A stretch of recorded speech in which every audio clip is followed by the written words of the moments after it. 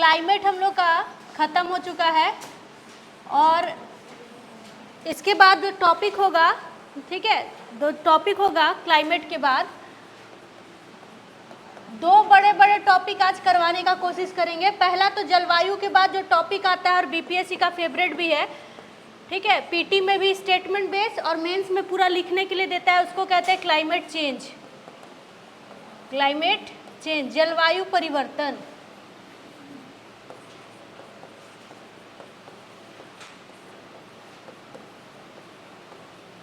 और दूसरा जो आज का जो टॉपिक होगा, अगेन बीपीएससी पीटी और मेंस दोनों के लिए, या एग्जाम किसी भी कॉम्पिटिटिव एग्जाम के लिए ये जो टॉपिक है वो इम्पोर्टेंट रहेगा। जो नेक्स्ट टॉपिक होगा वो होगा इंडस्ट्री, ठीक है, इंडस्ट्री ऑफ इंडिया। और साथ ही साथ हम लोग किसको देखेंगे, बिहार को भी देखेंगे, ठीक है। आज के क्लास में ये दोनों हम लोग टॉपिक को देखने का कोशिश करेंगे, ठीक है। उसके पहले क्लाइमेट ख़त्म हो चुका था और क्लाइमेट पे कुछ हम दिए थे करने के लिए, कुछ SW था आप लोग के लिए, तो कॉपी निकाल के रखिए क्या क्या लिखे हैं आप लोग। मैंने कहा था कि अगर दिक्कत होगा तो फिर मैं भी लिखवाऊंगी। उसके पहले वाले क्लास में भी शायद कुछ हुआ था तो फिर लाइट कटा था, उस दिन भी आप लोग नहीं दिखा पाए थे। उसके बाद लास्ट क्लास में, तो सब लोग कॉपी तैयार रखिएगा, क्योंकि बार बार ये सब क्लास, ये सब जो टॉपिक है ना, आपको याद रखिएगा, पीटी मेंस के लिए तो ज़रूरी है ही। चलते घूमते फिरते आपसे कोई भी पूछ सकता है। जैसे जलवायु परिवर्तन, पता है ये जो टॉपिक मैं स्टार्ट कर रही हूँ, ये जो टॉपिक है वो इतना अभी चर्चा में बना हुआ है कि पीटी इंटरव्यू में तो आप आते जाते भी, कोई भी सम्मेलन होगा या भारत किसी भी ऑर्गेनाइजेशन में जाएगा, इंटरनेशनल में किसी भी फोरम में जाएगा, किसी भी स्टेज पे जाएगा, तो ऐसा हो ही नहीं सकता है कि वो आतंकवाद और जलवायु परिवर्तन पर बात ना करे। तो इंटरव्यू में भी एक क्वेश्चन रहता है कि क्यों हो रहा है, क्या कारण हो सकता है। उसके साथ साथ यही एक टॉपिक है जो एसए में भी काम दे देगा, जीएस पेपर 1 जो IR है वहाँ भी काम दे देगा, IR। और तीसरा जो है जीएस पेपर 2 जो है उसमें भी ज्योग्राफी इकोनॉमिक्स वाले सेक्शन में काम दे देगा। तो मतलब एक टॉपिक रखिएगा तो आपको तीनों पेपर में कहीं ना कहीं हर साल कहीं ना कहीं देखने को मिलेगा, ठीक है। आप चाहे यूपीएससी दे, चाहे बीपीएससी दे, स्टेट का कोई पीसीएस दे, ये एक ऐसा टॉपिक है जिससे क्वेश्चन रहता है। छोटा सा टॉपिक है, इसको ख़त्म करेंगे, फिर ये बड़े वाले टॉपिक पे हम लोग आएंगे, ठीक है। होमवर्क देखा जाएगा, मुझे नहीं लगता, पता नहीं सब आपस में गुम है ना, कुछ दी भी थी क्या, ऐसा लग रहा है सबका भाव देख के। तो होमवर्क बाद में देखा जाएगा, ठीक है। जलवायु परिवर्तन शुरू करते हैं। क्या होता है जलवायु परिवर्तन?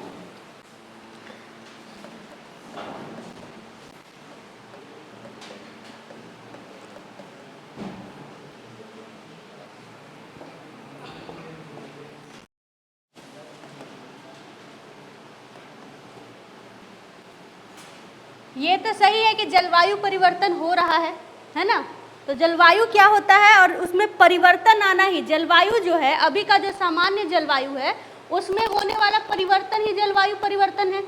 शाब्दिक अर्थ तो यही दिखाई दे रहा है, दो अर्थ होता है ना। एक क्या होता है, एक जो भी चीज़ लिखा हुआ है उसका शाब्दिक अर्थ होता है, लिटरल मीनिंग होता है कि ये वर्ड है और इसका शाब्दिक अर्थ क्या है, लिटरल मीनिंग क्या है। दूसरा क्या हो सकता है, इसका भावार्थ हो सकता है, इसका स्पेशल वर्ड क्या हो सकता है ना, ये क्या भाव। तो सिंपल सा बात यहाँ अगर देखने को मिलेगा कि जलवायु परिवर्तन क्या है। वायु, चूंकि आप पढ़ा लिए कि जलवायु क्या है, जलवायु है स्थिर मौसम, है ना। स्थिर मौसम को ही जलवायु कहते हैं। कम से कम कितना, 30 से 35 साल, 30 से 35 साल तक तो ये बदलेगा नहीं। तो स्थिर मौसम में होने वाला परिवर्तन ही, परिवर्तन ही क्या कहलाता है, जलवायु परिवर्तन कहलाता है।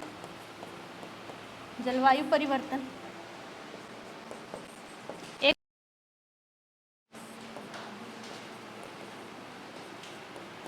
कहलाता है। लेकिन फैक्टर क्या है, कारक क्या है। चेंज आ रहा है जलवायु में, तो चेंज आ कैसे रहा है, ठीक है। तो इसको लिखे फैक्टर, हिंदी इंग्लिश के, अब इंग्लिश वाले भी बढ़ रहे हैं, इंग्लिश वाले भी यहाँ पर बढ़ रहे हैं, तो दोनों ही लिखवाना पड़ेगा।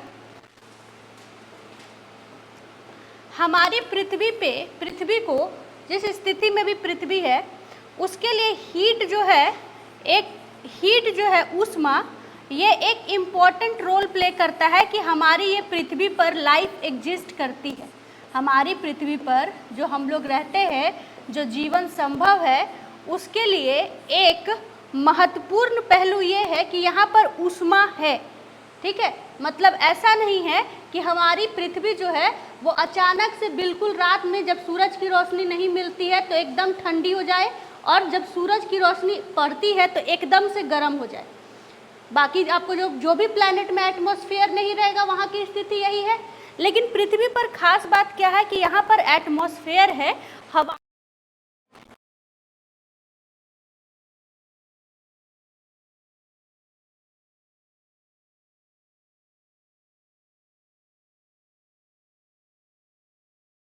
हीट है, सूरज है, और सूरज से आने वाली जो भी हीट पृथ्वी तक पहुंचती है, ठीक है, पृथ्वी तक पहुंचती है, तो जब ये वापस लौटती है, जब जाने लगती है तो रेडिएशन को क्या करता है, रोक लेता है, किरणों को जाने देता है, और इसकी जो ताप है, जो रेडिएशन है, उसको क्या करता है, रोक लेता है। और इस रोकने के लिए ये जो रोकता है, ये जो रेडिएशन, ये जो ऊर्जा यहाँ पर बचा हुआ रह जाता है, इसी की वजह से पृथ्वी जो है वो रात में भी ठंडी नहीं होती, रात में भी ठंडी नहीं होती। नहीं तो मरकरी को आप देखिएगा तो दिन में अत्यधिक गर्म, क्योंकि सन का टेम्परेचर सीधे सीधे मिलेगा, और रात में वो क्या होती है, पूरे तरीके से रिफ्लेक्ट कर जाती है, कोई भी उसको रोक के रखने वाला नहीं है, क्योंकि मरकरी के पास क्या नहीं है, एटमॉस्फेयर नहीं है। मरकरी के पास क्या नहीं है, एटमॉस्फेयर नहीं है। लेकिन हमारी पृथ्वी के पास हवाओं का वायुमंडल है, ठीक है, हवाओं अलग अलग गैसेज हैं, और गैसेज में जो भारी गैस है, सबसे भारी गैस है, उसका नाम है CO2। और पिछले क्लास में बताए थे कि CO2 जैसी जितनी भी भारी गैसें हैं, ठीक है, वो सब पहला ही लेयर के नीचे रहता है। मतलब पृथ्वी के से जो फर्स्ट लेयर है वायुमंडल का, उसको क्या बोलते हैं, ट्रोपोस्फेयर। पिछले क्लास में बताए थे ना, क्षोभ मंडल, पिछले क्लास में बता के रखे हुए क्षोभ मंडल। तो ये भी बताए थे कि जितना भी मौसमी घटना होती है ना, सब का सब क्षोभ मंडल में होता है, क्योंकि ये जितनी भी भारी गैसें हैं, कार्बन डाइऑक्साइड जैसी जो भारी गैसें हैं, वो इस निचली लेयर में रहती है। और जब भी क्या होता है, ये सूरज की रोशनी जो आती है और रिफ्लेक्ट करती है, तो इसका रेडिएशन को ये क्या करता है, अपने साथ बनाए रखता है। ठीक है, दूसरी बात ये कि ये हमारे लिए CO2 इसलिए क्या है, ज़रूरी है, हमारे लिए CO2 क्या है, इसीलिए भी ज़रूरी है। ठीक है, लेकिन क्या होगा जब ये जो CO2 की लेयर है वो और अधिक चौड़ी हो जाएगी, क्या होगा जब ये CO2 की लेयर और अधिक चौड़ी हो जाएगी, तो ये जो रेडिएशन जा रहा है, जितना चला जा रहा है, उससे अत्यधिक इसमें रोकने की कैपेसिटी हो जाएगी, है ना। इसके वजह से जितना हीट हमें चाहिए उससे ज़्यादा मात्रा में मिलेगा, जितना हीट हमको चाहिए उससे ज़्यादा मात्रा में मिलेगा। और ये ज़्यादा मात्रा में हीट अगर मिल गया तो पृथ्वी की पर यहाँ पर पाई जाती है ग्लेशियर्स। पृथ्वी का 70% से भी ज़्यादा भाग पानी है, समुद्र, ठीक है। तो पृथ्वी पर ये जो ग्लेशियर्स पाई जाती है, और अधिक मात्रा में अगर हमें हीट मिल गया तो ये ग्लेशियर्स क्या होगी, पिघल जाएगी, ग्लेशियर पिघल जाएगी। अभी जो ये 70% पानी महासागरों में दिखाई दे रहा है, उसका क्या होगा, स्तर बढ़ने लगेगा, है ना। ज़्यादातर सिविलाइजेशन जो है वो समुद्र के किनारे बसा हुआ है, सबको पता है, कोस्टल एरिया में बसा हुआ है। तो वो जो समुद्र के किनारे जो सिविलाइजेशन, जो ज़्यादा शहरें बसी हुई है, वो डूबेगी, वहाँ से लोगों को विस्थापित करना पड़ेगा, हटाना पड़ेगा वहाँ से, है ना। नदियाँ, अगर ग्लेशियर्स का पानी नदियों में जाएगा तो आज जो उर्वरक जमीन है वो डूब जाएगी, कृषि पर समस्या। दूसरा, जो नदी है वहीं पर घनी आबादी बसी हुई है, घनी आबादी वहीं पर बसी हुई है, उसको भी विस्थापित करना पड़ेगा। बाढ़ के अंदर तो हम लोग, मछली तो है नहीं कि अंदर रह लेंगे, हमें वहाँ से हटना पड़ेगा। जो उपजाऊ जमीन था वो कहाँ है, पानी के अंदर। क्लाइमेट चेंज होगा तो आपको देखोगे UAE जो सूखा रेगिस्तानी क्षेत्र है, अभी पिछले साल आप देखे थे कि हेवी रेनफॉल हुआ था, बहुत अत्यधिक बारिश हुआ था, जिसके कारण सभी का सभी जो विमान जो जा रहा था उसको रोक दिया गया था, ठप पड़ गया था वो 2 या 3 दिन हेवी रेनफॉल। ये भी कहा गया था कि कृत्रिम वर्षा कराया गया था, लेकिन क्यों कराया जाएगा? अपने ही देश की अर्थव्यवस्था को चौपट करने के लिए। वहाँ पर रेगिस्तान के हिसाब से वहाँ पर जितना भी चीज़ें, बिल्डिंग्स जो बनी है, एयरपोर्ट जो बना हुआ है, पानी झेलने का कैपेसिटी नहीं है उसको। अब अचानक से वहाँ बारिश हो गया तो सब डूब गया, है ना। तो अपने ही देश का जीडीपी घटाने के लिए कोई खुद से तो कृत्रिम वर्षा नहीं करेगा, तो सब अमेरिका पे भी कुछ आरोप लगाया जा रहा था। जो भी हो, वहाँ बारिश हुआ था, यानी सूखे क्षेत्रों में क्या हो रही है? बारिश हो रही है। पिछला क्लास में जब हम क्लाइमेट पढ़ाए थे तो आपको याद होगा कि हमारे यहाँ बारिश आने के लिए भी रेगिस्तान कितना इम्पोर्टेंट रोल प्ले करते हैं। सिलिका जब गर्म हुआ था तो हवाएं ऊपर उठी थी, और भारत में क्या हुआ था? ज़्यादा अट्रैक्शन हुआ था, है ना। हवाएं जो है वो तेज़ी से आई थी, याद है ना। तो कहीं पर भी क्षेत्र में बारिश होने के लिए भी रेगिस्तान जरूरी है। तो अचानक से रेगिस्तान कैसा होगा? हटने लगेगा। जो क्षेत्र रेगिस्तान जो था वो क्या होगा? वहाँ बारिश होने लगेगा, और जो क्षेत्र उर्वरक था वो रेगिस्तान में बदल जाएगा। तो जलवायु परिवर्तन जो है वो एक वैश्विक समस्या है। अगर उस पर लिखना पड़े ऐसे में हर बार आता है, जैसे कि शिक्षा, जैसे कि महिला सशक्तिकरण, वैसे ही जलवायु परिवर्तन एक इम्पॉर्टेंट टॉपिक है। आप समझिए कि 300 नंबर में से 100 नंबर ऐसे का और 38 मार्क्स जो है वो जीएस पेपर 1 और जीएस पेपर 2 का 72 नंबर, 76, 8 दूनी 16, 76 नंबर, 176 नंबर का टॉपिक है ये इतनी बड़ी समस्या है कि अभी फिर से कॉप का जो सम्मेलन हुआ है ना, उसमें फिर से जलवायु परिवर्तन पर चर्चा हुआ। तो चर्चा तो कहते हैं ना कि फिक्र है, क्या है, फिक्र है इसीलिए जिक्र है। किसी का भी आप जिक्र ऐसे नहीं कर सकते जब तक कुछ ना कुछ दिक्कत ना हो, परेशानी ना हो, उसके लिए फिक्र ना हो, है ना। तो इतना ज़्यादा जब ये वैश्विक हलचल में रहता है ये मुद्दा, यानी कि ये क्या है? इम्पोर्टेंट है। और याद रखिएगा, जब भी जलवायु परिवर्तन होगा तो उस समय कोई विकसित देश और विकासशील देश नहीं होगा, कोई ग्लोबल नॉर्थ और ग्लोबल साउथ का देश नहीं होगा, पूरा का पूरा क्या होगा? विश्व होगा, और ये वैश्विक चिंता होगी, है ना। क्योंकि जो भी चिंताएं हम बताएं वो सिर्फ भारत से तो संबंधित नहीं है, या किसी छोटे देश से, किसी द्वीपीय देश से। हाँ, पहले द्वीपीय देश डूबेगा। आप देखिएगा, इंडोनेशिया ने अपना राजधानी परिवर्तन कर दिया। मालदीव जिस भी फोरम पे जाता है वो सबसे पहले चिल्लाता है जलवायु परिवर्तन को कम करो, है ना, कार्बन इमिशन को कम करो, कार्बन सिंक, ये सब क्यों पढ़ना पड़ता है? कार्बन क्रेडिट, ये सब क्यों पढ़ना पड़ता है? क्योंकि कार्बन, देखिए क्या होता था कि ये हम लोग को क्या करना है? CO2 को बढ़ने नहीं देना है, CO2 को बढ़ने नहीं देना। CO2 जस्ट लाइक एक कंबल की तरह काम करता है। एक क्या करता है? कंबल की तरह काम करता है कि ये पृथ्वी है, उस पर पतली लेयर एक कंबल की उड़ाई हुई है प्राकृतिक तौर पर उतना उसको ज़रूरत है, ठीक है। अब सूरज आएगा, सूरज का रोशनी आएगा, वो पतली लेयर से जितना भी हमें हीट चाहिए उतना ऑब्जर्व करके रख लेगा। अब ये लेयर दिन पे दिन क्या होती जा रही है? मोटी होती जा रही है। तो आपको जितना हीट चाहिए उससे ज़्यादा आपको गर्मी मिलते जाएगा तो सफोकेशन होगा। तो पृथ्वी को भी क्या होगा? सफोकेशन हो रहा है ना। और क्लाइमेट, आपको पेरिस समझौता याद होगा, एक समझौता है पेरिस समझौता, इसको हम सब कुछ लिखवा देंगे इसको, ठीक है, इसको हम लिखवाएंगे, समझना इंपॉर्टेंट है। पेरिस जलवायु समझौता जो हुआ था, समझौता पेरिस एग्रीमेंट, क्या था ये? 2015 में हुआ था, है ना। पेरिस समझौता ये क्या था? इसमें कहा गया कि पृथ्वी का जो है ना, पृथ्वी का जो जलवायु तापमान है वो 2 डिग्री सेल्सियस जो है ना वो बढ़ रहा है, ये बढ़ाने की कोशिश की जा रही है, लेकिन किसी भी कीमत पर इसको 1.5 डिग्री सेल्सियस से बढ़ने नहीं देना है, बढ़ने नहीं देना है।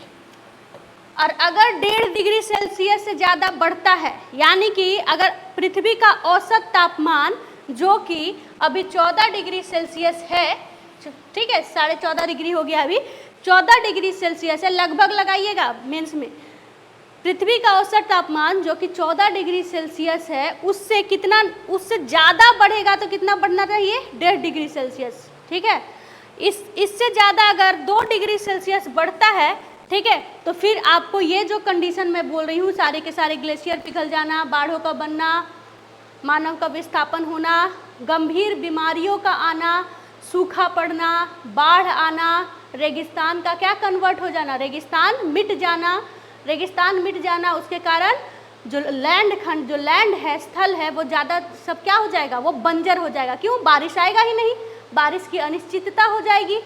जहाँ पर बारिश आना चाहिए वहाँ बारिश ही नहीं आ रही है, पूरा का पूरा जो फर्टाइल लैंड है वो कैसा हो जाएगा? बंजर हो जाएगा।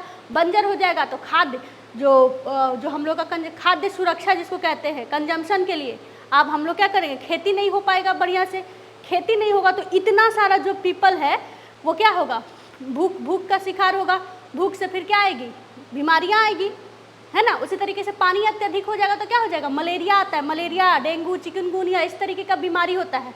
कहा जा रहा है अभी जो COP29 जो हुआ है उसमें क्या कहा जा रहा है कि 2 डिग्री सेल्सियस अगर हो जाएगा ना तो अफ्रीका जैसे नेशन जो है वो मलेरिया के चपेट में आ जाएंगे। 140 मिलियन से भी ज़्यादा पीपल हर साल मलेरिया ग्रस्त होंगे। हर साल उनको भूखमरी का शिकार होना पड़ेगा, कुपोषण होगा। तो पृथ्वी कहाँ जा रही है? पृथ्वी को विकास करना चाहिए तो खुद से हम लोग जो संसाधन है उसका इतना दोहन कर रहे हैं कि हम लोग क्या कर रहे हैं? डाउनफॉल में जा रहे हैं। अगर जलवायु परिवर्तन होता है तो पूरा का पूरा विश्व क्या होगा? इस चपेट में आ जाएगा। ठीक है, तो पृथ्वी का ये क्या लिटरल मीनिंग था? ये क्या था? लिटरल जलवायु क्या था? लिटरल मीनिंग कि जो जलवायु है उसी में परिवर्तन होना जलवायु परिवर्तन है। लेकिन अगर इसको आप अच्छे से लिखेगा तो क्या लिखेगा? पृथ्वी का औसत तापमान जो कि 14 डिग्री है, पृथ्वी का औसत तापमान से अधिक तापमान का होना ही जलवायु परिवर्तन है। ये लिख सकते हैं आप। ठीक है, ये पहले ये लिखना है फिर वो लिखना है। ठीक है, इसीलिए इस वर्ड को, ये जो चीज़ें बन रही है उसको हम लोग एक और वर्ड देते हैं, एक और वर्ड देते हैं इसको वैश्विक तापन। इसीलिए इसको एक और शब्द देते हैं हम लोग, वैश्विक तापन। इंग्लिश में ग्रीन हाउस इफेक्ट। तो दोनों में से कुछ भी पूछे तो लिखना यही है। दोनों में से कुछ भी पूछे तो लिखना क्या है? यही चीज़ है। मैप बना दीजिए और बढ़िया मैप बनाइएगा तो और ज़्यादा क्या होगा? हर जगह जहाँ जहाँ मैप रहेगा चेक करने वाले इसको टिक करेंगे और इसमें जहाँ जहाँ मैप रहेगा कॉपी में, ठीक है, इसमें क्या करते हैं? आधा नंबर प्लस कर देते हैं। जहाँ जहाँ कॉपी में मैप रहेगा, ठीक है, मैप को टिक करके जो भी लोग आप कॉपी मंगवाइएगा, आप या फिर यूट्यूब पे देख सकते हैं बहुत सारे टॉपर्स की कॉपी। तो जो कैसे बीपीएससी चेक करता है, आपको अगर नंबर बढ़ाना है तो ज़्यादा से ज़्यादा क्या बनाना होगा? Map, flow diagram. ठीक है, जहाँ जहाँ उनको दिखेगा सब जगह 1.5 नंबर बिठाया हुआ है, सॉरी आधा नंबर। हमारे लिए आधा नंबर बहुत है। इतना सिक्योर हो जाना है कि फिर इंटरव्यू का डर ना रहे। आने वाला 2-3 साल है आपके लिए प्रिपरेशन करने का। तो जो सिंपल आंसर राइटिंग आप लोग जो करते हैं, जैसे कि कल कॉपी, परसों उस दिन कॉपी दिखाए थे आप लोग, उसमें जितना ज़्यादा फ्लो चार्ट रहेगा, डायग्राम रहेगा, उसमें हर में क्या होगा? नंबर इन्हेंस होते जाएगा। ठीक है, इसीलिए हम बार बार पृथ्वी बनाते रहते हैं, पृथ्वी या फिर वर्ल्ड, जिसकी ज़रूरत हो।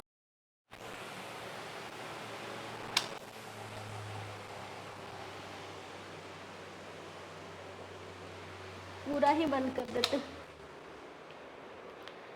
नहीं तो चिल्लाना पड़ रहा है। ये हो गया, इसको लिखवा देंगे लैंग्वेज में, समझ में आया ना। तो इसी को हम लोग कहते हैं ग्रीन हाउस इफेक्ट। ठीक है, ग्रीन हाउस, तो ग्रीन हाउस एक पीटी का बहुत अच्छा क्वेश्चन है। ग्रीन हाउस में कौन कौन सा गैस रहता है? ठीक है, ये पीटी का उन लोगों का बहुत फेमस क्वेश्चन है, बार बार ही पूछ लेता है, ग्रीन हाउस गैस किसे कहते हैं? तो ऑप्शन में क्या रहता है? CO2। मुख्यतः किसको कहेंगे? CO2। CO2 से ही ना वैश्विक तापन बढ़ रहा है। इसका हिंदी क्या है? वैश्विक तापन। हाँ, वैश्विक तापन। तापन कितना बढ़ना चाहिए? 1.5 डिग्री से ज़्यादा नहीं बढ़ना चाहिए। 1.5 डिग्री सेल्सियस से ज़्यादा नहीं बढ़ना चाहिए। ये सब क्या करेंगे? सीधे सीधे लिखेंगे, एसे में भी और आंसर राइटिंग में भी। ठीक है, और अभी क्या करेंगे? किस किस इंटरनेशनल फोरम में ये बात हुआ है? किस किस इंटरनेशनल फोरम में ये बात हुआ है उसको लिख लीजिएगा। कहाँ कहाँ बात अभी चर्चा में है। सबसे पहले तो पर्यावरण पे आपको आया था, सबसे पहले कौन था? स्टॉकहोम सम्मेलन कब आया था? सम्मेलन कब आया था? 1972 में आया था, है ना? 1972 में आया था। और बताइए पर्यावरण से रिलेटेड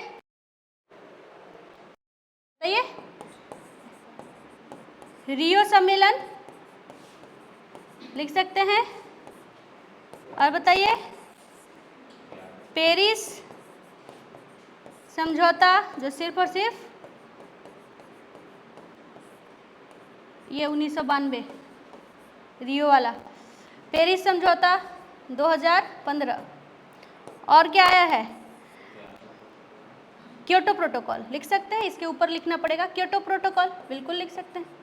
क्योटो प्रोटोकॉल है ये, क्योटो प्रोटोकॉल लिख सकते हैं। उसके बाद पेरिस समझौता के बाद अभी जो हमारे इंडिया ने पार्टिसिपेट किया था कॉप, हाँ कॉप का 26, वो पूरी तरीके से पंचामृत फॉर्मूला याद है, कार्बन क्रेडिट को सिंक करना, इसको पूरा लिखना है। पंचामृत फॉर्मूला जो था मोदी जी का फॉर्मूला, इसको पूरा लिखना है फॉर्मूला, ठीक है। पंचामृत फॉर्मूले को पूरा लिखना है आंसर कंप्लीट होने के लिए। तो ये क्वेश्चन आपको पीटी के लिए हमेशा पूछता है कि ग्रीन हाउस गैस कौन है, तो CO2 है, लेकिन CO2 के साथ साथ मीथेन भी इसी में आएगा, ठीक है। जलवाष्प जो वो भी बढ़ाता है, कैसे बढ़ाता है बता रहे अभी, जलवाष्प बढ़ाएगा, ठीक है। उसके बाद SO2, NO2, कार्बन मोनोऑक्साइड, ये सभी गैस क्या है? मोनोऑक्साइड, ठीक है। कार्बन मोनोऑक्साइड ये सभी क्या है? वैश्विक तापन के लिए जिम्मेवार है या ग्रीन हाउस गैस कहलाता है। मेनली तो क्या? CO2। तो अब क्या होता है कि दो तरीके का क्वेश्चन फ्रेम होता है, इसको लिख लीजिए तब क्वेश्चन बताते हैं। हर बार उन लोग का फेवरेट क्वेश्चन है, हर बार देता है। हम लोग अपने G20 में भी तो बात किए थे, जो भारत में हुआ था G20, भारत 18वां G20 हुआ था ना भारत में, G20 में भी बात किए थे। तो जहाँ जहाँ बात किए थे सिर्फ और सिर्फ रेफरेंस देना, हम लोग के पास टाइम ही नहीं है मेंस में। 15 मिनट में 38 नंबर वाला क्वेश्चन, यानी लॉन्ग फॉर्मेट वाला क्वेश्चन, और 5 को क्वेश्चन जो शॉर्ट देता है उसके लिए मात्र में मिलता है 5 मिनट, मात्र कितना? 5 मिनट। तो बस छू करके और वहाँ से भाग जाना है। कॉपी में आपको आता कुछ भी हो, आपको दुनिया भर का चीज़ आता हो, लेकिन उसको क्या दिखना है? सिर्फ और सिर्फ पॉइंट दिखना चाहिए। जितना पॉइंट, मान लीजिए 5 मिनट में हमको लिखना है 2 पेज लिखना है 5 मिनट में, तो हम ज़्यादा से ज़्यादा नॉलेज कब उसमें डाल सकते हैं? जब ज़्यादा से ज़्यादा सिर्फ और सिर्फ पॉइंट लिखेंगे, है ना। अब पॉइंट को सपोर्ट करने के लिए कभी कभी क्या होता है ना कि अच्छा नहीं दिखता है सिर्फ पॉइंट, और पॉइंट सपोर्ट करने के लिए एक एक वर्ड, जैसे मॉन्टियो इसमें लिखे हैं, जैसे मान लीजिए आपको स्टॉकहोम सम्मेलन 72 लिखा हुआ है ना, तो बस उसको नीचे ऐसे बनाइएगा, देखिए कैसे लिखा जाता है। ये ऐसे लिखिएगा, इंग्लिश वाले इन्वायरमेंट और हिंदी वाले पर्यावरण। आपके पास 5 मिनट है, आप समझ रहे हैं? 5 मिनट में आपको 2 पेज लिखना है, कैसे लिखिएगा? इसके लिए सिर्फ और सिर्फ प्रैक्टिस, और ये कोई नहीं बतलाएगा। अभी भी हम क्या देखें आप लोग का जो, इसीलिए हम चिंतित भी थे और इसीलिए हम शुरू भी किया आप लोगों के क्वेश्चन देना मेंस का, क्योंकि आज भी आप लोग क्या कर रहे हैं? 67 के पहले वाला पैटर्न पे लंबा क्वेश्चन आंसर लिख रहे हैं। बहुत बड़ा धक्का लगेगा जब आप लोग को मेंस लिखने का मौका मिलेगा। देखिए आपको चीज़ें आती है, उसको लॉन्ग करना बहुत आसान है, लेकिन उसको शॉर्ट करना बहुत मुश्किल है। अगर आपको टेक्निक पता नहीं रहेगा तो किसी भी चीज़ को फैलाना आसान होता है, लेकिन शॉर्ट करना मुश्किल हो जाता है, ठीक है। तो शुरू से जिस फॉर्मेट पे क्वेश्चन आंसर लिखना है उसी पे प्रैक्टिस करें, ज़्यादा से ज़्यादा पॉइंट हेल्प करने के लिए मैप, क्योंकि 2 मिनट में खिंचा जाता है।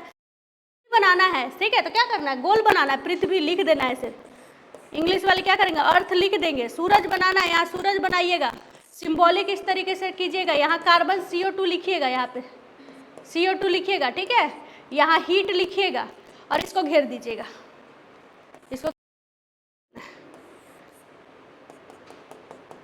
हम लोग बहुत बड़ा आर्टिस्ट तो है नहीं, ठीक है, यहाँ लिख दीजिएगा कि ग्रीन हाउस इफेक्ट, बस काम खत्म, ठीक है, ज़्यादा नहीं करना। तो क्वेश्चन देखिए, क्वेश्चन देखिए, ये हो जाएगा तो बताइएगा, क्योंकि पीटी हम लोग को पीटी नहीं भूलना है। पीटी में क्वेश्चन क्या पूछता है, दो तरीके का क्वेश्चन पूछा, एक जब 5 ऑप्शन था तब, ठीक है, जब 5 ऑप्शन था तब, और अभी का जो ट्रेंड होगा 4 ऑप्शन वाला, अभी का जो ट्रेंड है 4 ऑप्शन वाला, तब सीधे सीधे पूछेगा ग्रीन हाउस गैस कौन है, सिंपल क्वेश्चन, इनमें से कौन सा है जो ग्रीन हाउस गैस है, ठीक है, ये हो गया क्वेश्चन। अब इसमें दो तरीके से ऑप्शन फॉर्मुलेट करेगा, सीधे सीधे आपको ऐसे दिखेगा CO2, दूसरा दिखेगा मीथेन, तीसरा दिखेगा SO2, चौथा दिखेगा ऑक्सीजन, कुछ भी ऑक्सीजन। यहाँ पर क्या देख रहे हैं कि नन ऑफ एक से अधिक नहीं है, नहीं ना दिख रहा है ऑप्शन में, तो सीधे सीधे क्या मार देना है, CO2 को। जब इसी में मान लीजिए ऑप्शन नंबर 4 में ऑक्सीजन ना लिख करके यहाँ आपको एक विकल्प दे रहा है इनमें से एक से अधिक, इनमें से एक से अधिक, एक से क्या है अधिक, तो सिंपल बात है कि वो जानना चाहता है कि आप ये लगाएं, आपको यहाँ लिख के दिया है ना कि ग्रीन हाउस गैस में CO2, मीथेन, जलवाष्प, SO2, NO2 और कार्बन मोनोऑक्साइड आता है, लिख के तो दिया हुआ है, इसका मतलब आपको क्या है, वो क्या जानना चाहता है, इनमें से एक से अधिक। और नहीं तो जुडिशियरी भी साथ नहीं देगा। अभी याद है क्या हुआ है, जज साहब खुद बोले कि अलाउद्दीन खिलजी को कौन, अलाउद्दीन ये क्या नाम उसका, अलाउद्दीन खिलजी का जो वो था, जो एक क्या नाम है उसका, जो मलिक कफूर, पूछा था ना मलिक कपूर को किसने खरीदा, ऑप्शन 2 था, तो जज साहब भी पढ़ के आए थे और कहा था अरे ये तो अलाउद्दीन खिलजी होगा, NCERT क्लास 8 में मैंने पढ़ा था। जज साहब ऑन रिकॉर्ड कह रहे हैं इस बात को, क्योंकि वो लाइव प्रसारण चल रहा है यूट्यूब पे, ठीक है। उसी तरीके से 13 क्वेश्चन को रखा था सब, लेकिन PCS का बात किसका माना गया, जो जज के मतलब कोर्ट के तरफ से PCS का खारिज कर दिया गया ना हाई कोर्ट की तरफ से।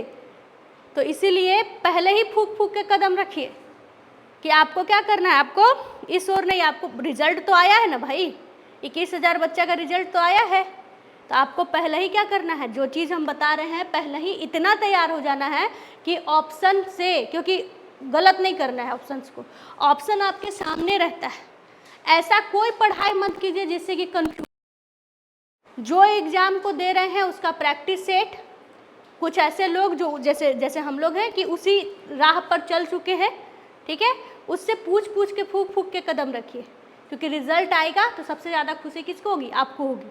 पीटी पास कीजिएगा तभी तो मेंस में जाइएगा। यहाँ तो इतना कंपटीशन बढ़ गया है और इतना करप्शन बढ़ गया है कि पहले पीटी की ही लाले पड़ी हुई है, नहीं तो 13 क्वेश्चन अगर मुझे लग रहा था कि कम से कम नहीं कुछ दो, नहीं रद्द करो, 5,000 एक्स्ट्रा रिजल्ट तो बनना चाहिए था, क्योंकि 13 क्वेश्चन गलत होना बहुत इधर और इधर कर सकता है बहुत सारे लोगों को। और एक और बात करें, आप लोग जितने लोग हैं जो ज़्यादा पढ़ रहे हैं, ज़्यादा दिमाग लगाते हैं, जैसे सुधांशु, आप लोग सब ठीक है, एग्ज़ाम में सब में फंसने का चांसेस रहता है, जिसको नहीं आता है ना वो कभी नहीं फंसता है, वो पढ़बे किया है शुरू से एक लाइन रेलवे वाला जैसा कि आएगा ग्रीन हाउस गैस तो मार देंगे CO2, वो एक ही लाइन पढ़ा है, वो ज़्यादा पढ़ा ही नहीं है ना। तो जो वो सुने मोर स्टडी मोर कन्फ्यूज़न, जिसको सब पता है उसी को ना थोड़ा बहुत कन्फ्यूज़न होगा, ठीक है। इसलिए 2 तरीके का क्वेश्चन, एक जिसमें ये 4 ऑप्शन, दूसरा जब 5 ऑप्शन था, क्योंकि प्रीवियस ईयर आप जाइएगा तो 5 ऑप्शन वाला भी आपको देखने को मिलेगा। फेवरेट टॉपिक है ये ग्रीन हाउस, इससे क्वेश्चन दे देगा। इसमें CO2, ठीक है, इसी तरीके से मीथेन, इसी तरीके से जलवाष्प, ठीक है, ऑक्सीजन था, गलत वाला भी तो देगा, ऑक्सीजन था, और इसमें था इनमें से कोई नहीं और एक से अधिक, इनमें से कोई नहीं और एक से अधिक, ये वाला ट्रेंड अधिक। अभी टीचर वाले सब अभी ये वाला हटाया नहीं है, इसलिए ये भी जानिए। तो आंसर क्या हो जाएगा 5 में से एक से अधिक, इनमें से कौन एक से अधिक, मीथेन भी जलवाष्प भी, तो एक से अधिक।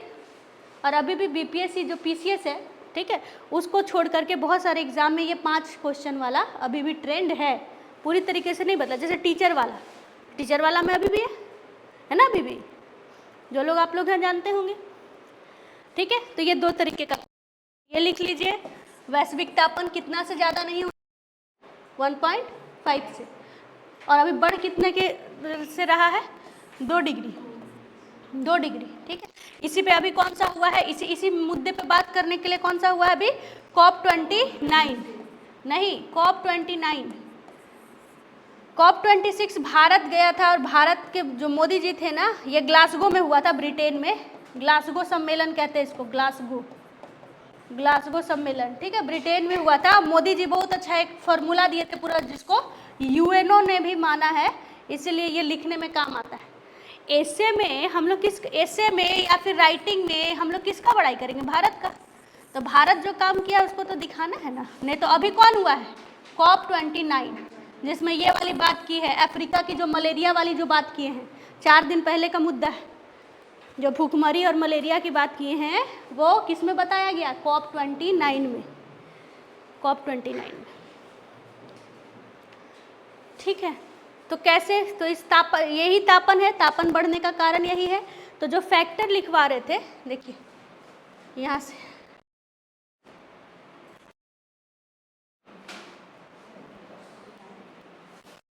यहाँ ये जो फैक्टर लिखवा रहे थे, कारक, डेफिनेशन के बाद जो कारक लिखवा रहे थे, ठीक है, फैक्टर।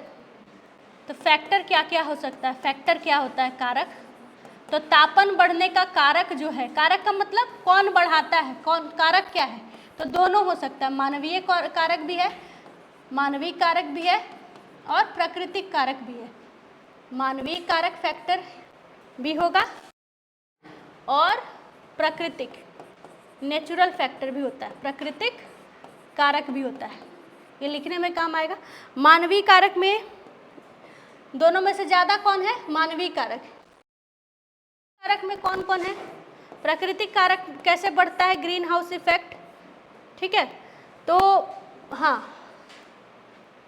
प्राकृतिक कारण में अगर मान लीजिए कि हाँ वॉल्केनिक इरप्शन हो जाए, ज्वालामुखी विस्फोट हो जाए, ज्वालामुखी विस्फोट हो जाए, ठीक है। तो इससे क्या होगा, जैसे कि ज्वालामुखी, यहाँ से ज्वालामुखी का विस्फोट हुआ, ठीक है, अंदर का जो मैग्मा है बाहर आकर के लावा के रूप में फैला, ठीक है, लावा के रूप में फैला।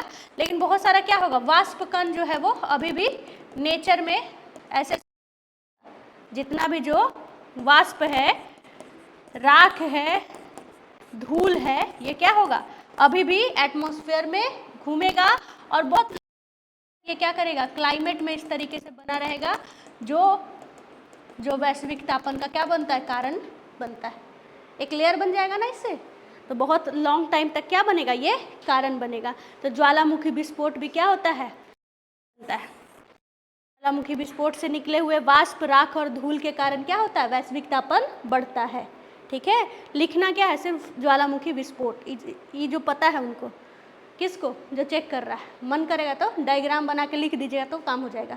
यहाँ से एक क्वेश्चन बनता है पीटी में, यहाँ से भी एक क्वेश्चन बनता है पीटी में। ज्वालामुखी उद्गार मतलब वोल्केनिक इरप्शन, उद्गार से सबसे अधिक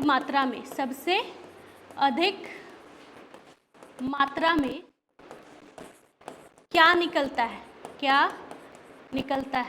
ठीक है। गैसेस का नाम रहेगा CO2, NO2 वगैरह वगैरह फंसाने के लिए, तो आपको एक लाइन में बोलना है जलवाष्प, क्या निकलता है, जलवाष्प, एक लाइन में रट लेना है। हम लोग ऐसे ही पढ़ेंगे, पीटी फैक्ट को साथ में लेते लेते, ठीक है, वही पूछना ही है उसको। देखिए कितना इजी क्वेश्चन पूछ रहा है, दूसरा जो होता है महासागरीय धाराएं, महासागरीय धाराएं, ओशियन करेंट।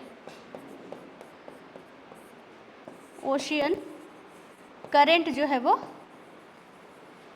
ओशियन करंट भी क्या होता है, को बढ़ाता है। ओशियन करंट भी क्या होता है, क्यों 70% से ज़्यादा, 70 जो हमारी पृथ्वी है, हमारी जो पृथ्वी है उस पर जल और स्थल का बंटवारा कैसा है, 70% क्या है, ओशियन है, ओशियन है यानी वाटर है, और 30% क्या है, लैंड है, कॉन्टिनेंट, कॉन्टिनेंट। तो जब ये जलधारा पे सूर्य ताप पड़ता है, से वाष्प निकल करके कहाँ जाएगा, एटमॉस्फेयर में ही तो जाएगा, तो एटमॉस्फेयर को गर्म करेगा ना, तो ये भी क्या होगा, प्राकृतिक कारक बनेगा। उसी तरीके से कभी कभी क्या होता है, अर्थक्वेक वगैरह भी कारक बनता है। अर्थक्वेक से निकाली हुई यही मेनली दो है, इस दोनों को लिखिएगा, बस यही दो लिखिएगा। नहीं, फॉरेस्ट फायर प्राकृतिक में डाल सकते हैं, लेकिन वो भी तो किसी न किसी अन्य कारण से ही होता है, तो इसको अन्य लिख के छोड़िए, अन्य लिखिए।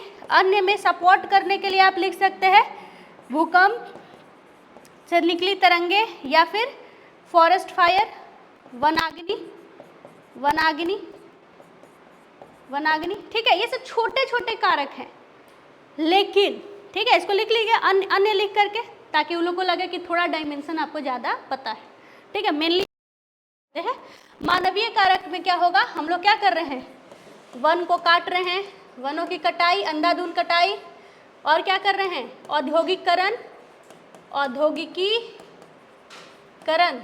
उद्योग धंधा जो लगाए हुए हैं। ये जो 1.5 डिग्री जो है ना, ये किसके बाद बढ़ाना है, ये आफ्टर, ये जो औद्योगिकरण का है ये पैमाना, औद्योगिकरण, इंडस्ट्रियलाइजेशन, ठीक है, हिंदी में तो थोड़ा औद्योगिकीकरण, ठीक है। मतलब इसके पहले जितना तापमान था ना, इसके पहले जितना तापमान था, अब उससे कितना बढ़ सकता है, ज़्यादा से ज़्यादा बढ़ाइएगा तो 1.5 डिग्री सेल्सियस। औद्योगिकीकरण के पहले जो था उससे तापमान कितना ज़्यादा बढ़ा सकते हैं, पृथ्वी का तापमान, औसत तापमान बस 1.5 डिग्री सेल्सियस, ठीक है, इससे ज़्यादा नहीं। ये समझिए, तो ये खतरे की जो लाइन होती है ना, ये खतरे की लाइन है, कम रखिए। लेकिन ह्यूमन तो कम रखेगा नहीं, अलग अलग बात करता है। ऊपर से जो कार्बन डाइऑक्साइड ही मेन मुद्दा है, सबसे बड़ा मुद्दा क्या है, कार्बन डाइऑक्साइड। तो कार्बन डाइऑक्साइड को सिंक जो किया जाता है वो किसके द्वारा, पेड़ पौधों के द्वारा। कार्बन डाइऑक्साइड को क्या करता है, सिंक कर लेता है, कौन, पेड़ पौधा। कार्बन डाइऑक्साइड को क्या करेगा कि उसको यूज़ कर लेगा और ऑक्सीजन देगा, और अपने लिए खाना, फोटोसिंथेसिस, खाना बनाएगा, है ना। तो जो पेड़ पौधा ये काम कर सकता था, उसी को हम लोग क्या कर रहे हैं, अपने स्वार्थ के लिए और ज़्यादा काट रहे हैं। तो या तो आप CO2 इमिशन, जो CO2 है उसको कम कीजिए, जो आपसे होने वाला नहीं है। तो दूसरा क्या कीजिए कि उसको जो खा जाए, जो सिंक कर जाए, उसको लगाइए, पेड़ पौधा ज़्यादा से ज़्यादा लगाइए। इसलिए वनों को लगाने की बात करें, जैसे कि जो कारक रहेगा तो उपाय भी तो सुझाइएगा ना, वे फॉरवर्ड, आगे की राह। आगे की राह में क्या होगा, जो भी किसी भी टॉपिक का जो भी समस्या रहेगा उसी का समाधान आगे की राह होता है ना। पेन कॉपी यही चलेगा। और याद रखिएगा, सारे कारण पे अभी हम एक चीज़ फ्रेम करके दिखाएंगे, इसलिए आप लोग होमवर्क नहीं बना रहे हैं, क्योंकि आप लोग को आ ही नहीं रहा है। हम बता दें, कोई टॉपिक पढ़ा दे, उससे कोई भी क्वेश्चन आप लिख सकते हैं। लिखने का तरीका क्या होगा, एक इंट्रोडक्शन 3 से 4 लाइन का, और जो भी क्वेश्चन में पूछेगा ना उस टॉपिक को हाईलाइट गोल गोल घेर लीजिएगा, एग्जाम में भी और अभी भी, क्योंकि अभी जो कीजिएगा वही आदत रहेगा। क्योंकि BPSC एक डायमेंशन से क्वेश्चन नहीं पूछता है। जलवायु क्या है, इसके कितने कारक है, इसको क्या करना, इसको समाप्त करने की उपाय क्या क्या हुआ, और कितने अंतर्राष्ट्रीय स्तर पर कौन कौन से सम्मेलनों का आयोजन हुआ। 4 डायमेंशन हो गया। अब चारों को घेर लेना है, चारों को क्या करना है, घेर लेना। अब चारों से बस 5-5 पॉइंट लिखना है। कितना, बस 5, ठीक है, बस 5-5 पॉइंट। और बस आप किसी किताब का आपको ज़रूरत नहीं पड़ेगा, अभी जो हम पढ़ाए हैं उसी में आप लिख के दिखा दीजिएगा। अब पॉइंट भी क्या, पूरा लंबा लंबा एकदम कहानी नहीं लिखना सत्यनारायण भगवान का, बस पॉइंट लिखना है और आगे बढ़ जाना है। पॉइंट के सपोर्ट में एक एग्जाम्पल जैसा छोटा सा, जैसे मैंने कहा ना कि स्टॉकहोम सम्मेलन 1972, तो उसके नीचे क्या था, हिंदी वाले पर्यावरण लिख देंगे, इंग्लिश वाले इन्वायरमेंट लिख देंगे, आगे बढ़ जाना है। तो क्या करना है, जितना भी क्वेश्चन रहेगा उस क्या करना है, पहले उसको घेरना है कि पूछ क्या रहा है, क्योंकि हर डायमेंशन पे उसको सेट रहता है चेक करने वाले को कि हर डायमेंशन, जैसे 38 नंबर है ना तो बाटा रहेगा, 38 नंबर है, ठीक है, और बात 4 डायमेंशन है या 5 डायमेंशन है तो ऐसे कर देगा। अब प्रत्येक डायमेंशन पे कितना नंबर देना है उसको पहले से पता है, और आप एक भी डायमेंशन छोड़े तो वो पूरा का पूरा नंबर छूट गया आपका। तो आपको यानी कि जितना भी पूछेगा सबको लिखना है। तो सब तो हम लोग ऐसे तो नहीं है कि कुछ भी लिखते रहेंगे, तो क्या करेंगे, जितना चीज़ पूछा गया है सभी पे मात्र कितना 5-5 पॉइंट, बस 5-5 पॉइंट, ठीक है। तो इसीलिए कोई टॉपिक पढ़िए, उसका एक क्वेश्चन प्रैक्टिस कर लीजिए, और एग्ज़ाम आने वाले एग्ज़ाम तक जब भी आपका एग्ज़ाम होगा वही कॉपी काम आएगा आपका, क्योंकि दुनिया में बहुत कॉपी किताब और बहुत लेक्चर रहता है, लेकिन जब लास्ट टाइम आता है ना रिवीजन करने का, तो हम लोग अपना पहला कॉपी उठाते हैं, पीटी में भी उसी तरीके से मेंस में भी, कि क्या क्या पढ़े थोड़ा देख लेते हैं, क्योंकि लिखना तो वहाँ जाके हम लोग खुद ही को है ना, कोई दूसरा तो आएगा नहीं लिखने। तो कोई दूसरा कितना भी अच्छा लिख रहा हो, हम लोगों का कंपटीशन किससे है, खुद हमसे, खुद हमारे सेल्फ से। अगर हम जिस स्तर के भी हैं, जिस लेवल के भी हैं, उससे अच्छा परफॉर्मेंस करके आएंगे कॉपी में, तो हमारा रिजल्ट होगा ही होगा। तो हमें कंपटीशन किससे करना है, अपने से, और जिस स्तर पे है उससे आगे बढ़ना है। मुझे कुछ नहीं आता और सुधांशु कैसा लिख रहे हैं उससे हमको मतलब नहीं है, हम कहाँ से शुरू किए और हम इसको कितना बढ़ा रहे उससे मतलब है। उसमें अगर सुधांशु के नोट्स का हेल्प मिल गया तो बढ़िया, नहीं मिला तो भी कोई बात नहीं, टॉपिक तो हम भी पढ़े हैं ना, तो हम खुद से लिख के चेक करेंगे। आज आप लोग खुद से लिख के चेक कीजिएगा, मेरे से भी चेक कराने की ज़रूरत नहीं है। आज आप लोग खुद से लिख करके चेक कीजिएगा। क्वेश्चन, जलवायु परिवर्तन क्या है, उसके कारक बताइए। विश्व में वैश्विक तापन का क्या प्रभाव पड़ रहा है और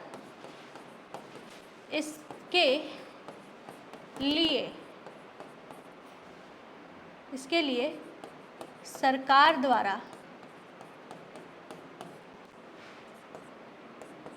किए गए उपाय क्या क्या है। ये हो गया क्वेश्चन, ये क्या हो गया क्वेश्चन, लिखिए इसको। मुझसे भी दिखाने का ज़रूरत नहीं है, बताए हैं बस उतने में लिख लीजिएगा, फिगर उगर बना के। सबसे पहले कोई भी क्वेश्चन आए तो हेडलाइन करना है आपको कि पूछा क्या, जलवायु परिवर्तन के बारे में पूछ रहा है कि क्या है, पहला चीज ये लिखना है आपको। दूसरा कि इसके कारक, फैक्टर, इसके क्या है, फैक्टर पूछा जा रहा है क्वेश्चन में, तो फैक्टर लिखेंगे। तीसरा, वैश्विक तापमान से क्या क्या प्रभाव पड़ रहा है। तीसरा टॉपिक, हेडिंग कैसे बनाएंगे, प्रभाव, हेडिंग एकदम, हेडिंग आप लोग एकदम टॉपर्स की कॉपी जो है क्या करना है आपको, देखते रहना है। इंट्रोडक्शन लिखे, इंट्रोडक्शन लिखे, चुपचाप से क्या करना है, एक अर्थ वाला मैप बना देना है, फटाक से क्या करना है, एक अर्थ वाला मैप बना देना है, CO2 वाला, ठीक है, मैप बना देना है। सीधे बढ़ जाना है फैक्टर के पास, फैक्टर ऊपर ऐसे वर्ड दे देना है, फैक्टर में 2 लिख देना है, फैक्टर लिख दिए। प्रभाव क्या पड़ रहा है, तो कहानी की तरह प्रभाव लिख देंगे। प्रभाव में क्या लिख देंगे, इस तरीके से बनाएंगे प्रभाव, ऊपर हेडिंग दिखना चाहिए प्रभाव, ताकि हम लोग को चेक करने में दिक्कत ना हो। 1 2 3 4 5 सारा प्रभाव, बाढ़ आएगी, सूखा पड़ेगी, ये होगा वो होगा, कहानी से, ठीक है। सिर्फ और सिर्फ क्या, बस कॉपी जल्दी 15 मिनट में लिख देना है इतना बड़ा क्वेश्चन, तो क्या करेंगे, यही सब कर सकते हैं। पहला दिन आप लोग को आज़ादी है, 1 घंटा में भी लिखिए, लेकिन क्या लिखना है वहाँ वो बता रहे। फिर लिखेंगे प्रभाव, जल्दी से लिख देंगे। उसके बाद सरकार के द्वारा क्या उपाय, यही पूछ रहे हैं ना, तो इसको हम लोग अच्छा, हम लोग दूसरा की कॉपी अच्छा लगे तो इससे हम लोग क्या करेंगे, तो जो उपाय है ना वो 3 स्तर पर किए जा रहे हैं और हम लोग को अपना कॉपी में दिखाना है।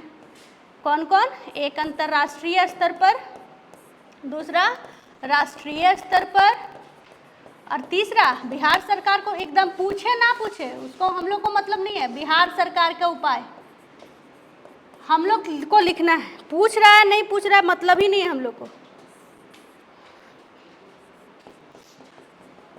अंतर्राष्ट्रीय, राष्ट्रीय और बिहार सरकार का उपाय, लास्ट में क्या, निष्कर्ष। लिखिए आप लोग, यही फॉर्मेट पे आपको लिख लेना है, यही फॉर्मेट पे क्या करना है, लिखना है। अगले बार मैं किसी को कुछ नहीं, लेकिन मैं चाहूँगी कि सबके कॉपी में रहे, ठीक है। ये है अगले दिन के लिए होमवर्क।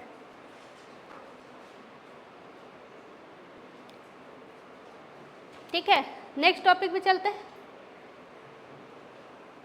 हो जाएगा तो बताइएगा। मानवीय कारण तो पूरा लिखवा दिए ना, मानवीय कारक क्या क्या हो सकता है। देखिए आप लोग को में भी भेज दे ग्रुप पे,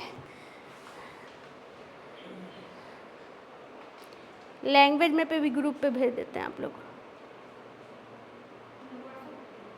हाँ वो जो ग्रुप है ना ज्योग्राफी वाला, उस पर भेज देते हैं। या पहले आज इस बार लिख लीजिए तब भेजिए।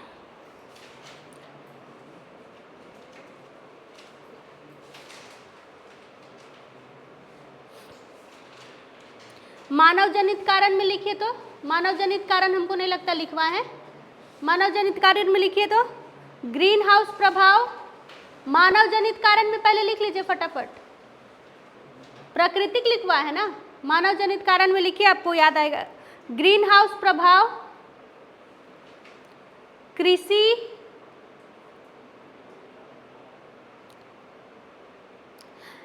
जीवाश्म ईंधन का प्रयोग,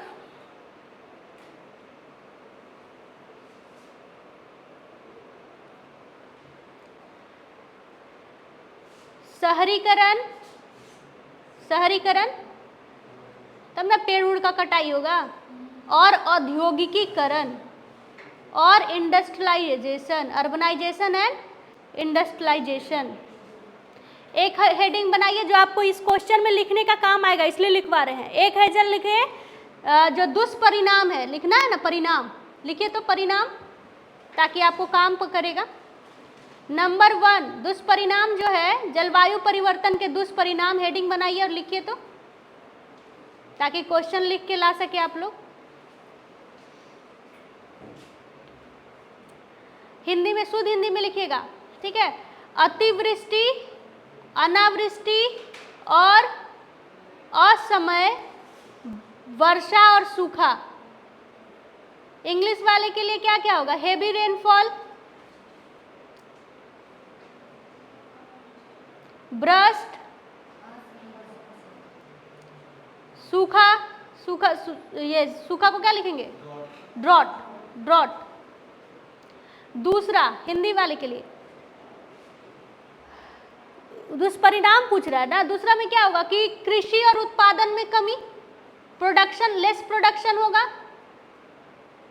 कृषि के उत्पादन में कमी है ना, या कृषि का प्रारूप का बदलना, प्रोडक्शन में कमी। कहाँ छूटा है आपका, मेरे से पूछिए, मैं बताती हूँ। वो आपके पीछे जो बैठे हुए हैं, कहाँ छूट गया आपका, फेस बता रहा है, परेशान है पूरा। तीसरा, कीटनाशकों का मानव पर दुष्प्रभाव। कीटनाशक मतलब जो फर्टिलाइजर या फिर पेस्टिसाइड जो छिड़क दिया जाता है, उससे भी क्या होता है, उसका भी प्रभाव पड़ता है। वो भी क्या है, जलवायु परिवर्तन पे उसका भी प्रभाव पड़ता है। हाँ, ओजोन सतह का नुकसान, ये सब मेन कारण है। ओजोन सतह का नुकसान, डिफिलेशन ऑफ ओजोन लेयर, इंग्लिश वाले के लिए डिफिलेशन ऑफ लेयर। सीएफसी और एचएफसी गैसों का उत्सर्जन, क्लोरोफ्लोरोकार्बन और हाइड्रोफ्लोरोकार्बन का उत्सर्जन, सीएफसी और एचएफसी का उत्सर्जन। ठीक है, इतना लिखिएगा तो हो ही जाएगा। तो बच्चा लोग लिखता है रेफ्रिजरेटर और पेट्रोल का जलना, ये सब भी लिख सकते हैं, ये सब भी चाहे तो लिख सकते हैं जो आप लोग यूज किए हुए हैं। ठीक है, इसीलिए बोल रहे हैं हेडिंग वो आ गया। और हमारे पास क्या है, कम शब्दों में अगर हम ज़्यादा बात कह पाए तो जो वो ज़्यादा अच्छा है, न तो एक के बात पे लगे रहिएगा कि रेफ्रिजरेटर से निकलता है, उसके कारण क्या होता है, तापन कम होता है या घटता है या बढ़ता है, जो भी लिखे आप लोग, इतना में तो लिखा जाएगा।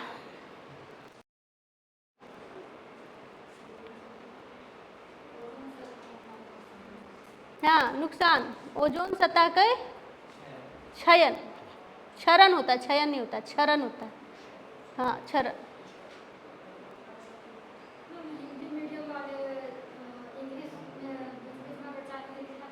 देखिए बीपीएससी वाले को नंबर, मतलब देखिए यूपीएससी वाले में बड़ा ये काम करता है, लेकिन बीपीएससी का भी हम पिछले में दो लोगों का कॉपी देखें जो साइंस और टेक में ये काम किया है। मिल रहा है, अभी तो मिल रहा है, पहले नहीं मिलता था, पहले पूरे तरीके था।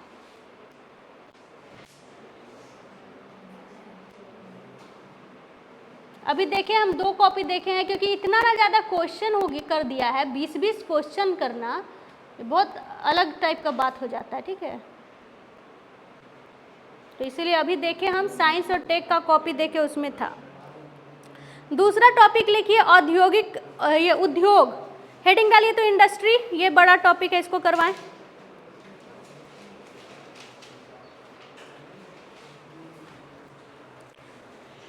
इंडस्ट्री, दूसरा टॉपिक डालिए इंडस्ट्री।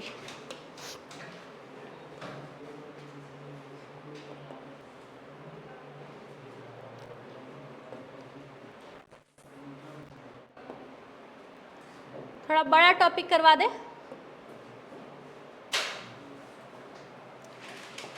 इंडस्ट्रियल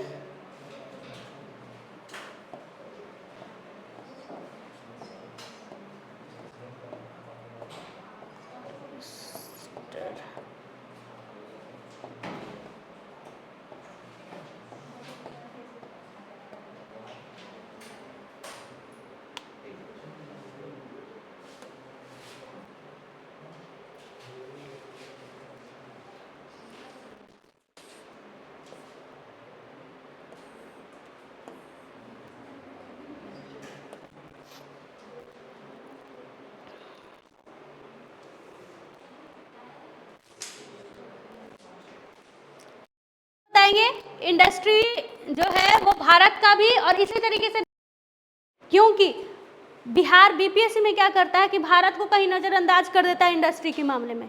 पीटी हो या मेंस में क्वेश्चन किससे पूछ देता है, बिहार से।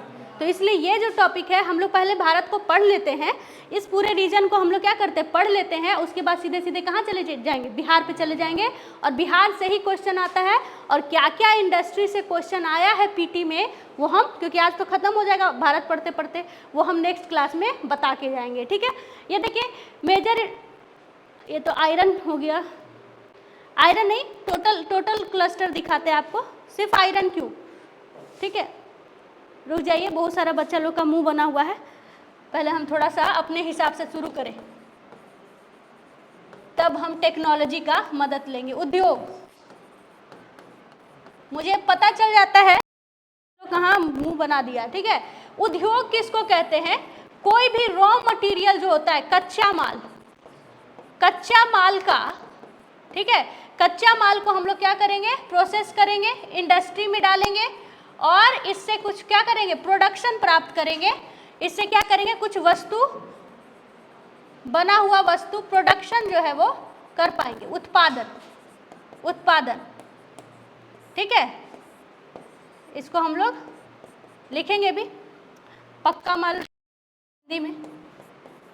मतलब क्या, कुछ उत्पादित वस्तुएं, है ना, वस्तुएं, कुछ गुड्स को क्या करना है, बनाना है, मैन्युफैक्चर को जो बनाने में मदद करेगा उसी को क्या कहेंगे, इंडस्ट्री कहेंगे।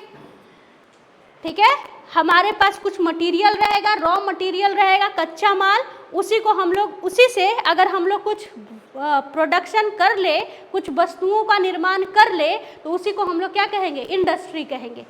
जो उसके काम में, जो उसको बनाने में काम किया, उसी को हम लोग क्या कहेंगे, इंडस्ट्री कहेंगे।